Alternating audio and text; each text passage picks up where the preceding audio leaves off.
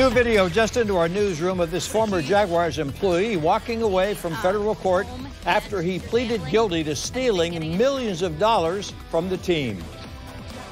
According to federal prosecutors, Patel forged expenses in Excel spreadsheets he submitted to the Jaguars accounting department every month, disguising them to appear as legitimate business expenses. From the fall of 2019 to February of this year, that total amounted to $22 million. News4Jax reporter Ann Maxwell was in federal court when Patel pleaded guilty. And amid Patel, he agreed to repay the team the millions of dollars he took. Yeah, not clear how he's going to do that. And it was just a few hours ago here in federal court that he pleaded guilty to both of the charges against him, wire fraud and making an illegal financial transaction, both of which are felonies.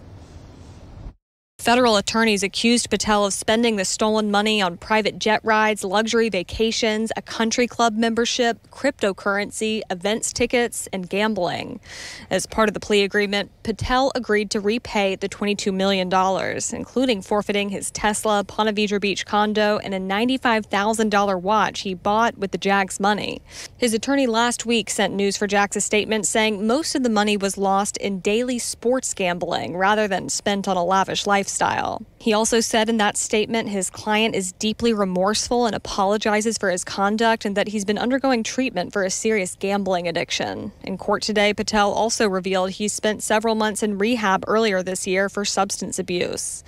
Patel was fired from the Jags in February. His attorney says that's when Patel met with NFL officials who were investigating his gambling activities, and he was fired later that month for misusing the Jags virtual credit card meant for business expenses on himself.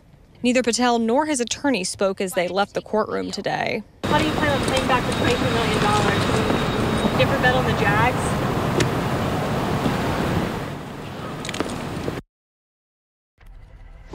Yeah, he didn't answer any of the questions we asked him after the court hearing today. Also, I want to note last week a spokesperson for the Jags sent a statement saying Patel had no confidential football knowledge and that they hired an outside firm that found, or outside firms rather, that found that nobody else in the organization was involved in this criminal activity. Sentencing for Patel will be coming at a later date. He's facing a maximum of 30 years in prison. The ultimate decision on his sentencing will be up to the judge. Reporting live downtown, Ann Maxwell, Channel 4, the local station.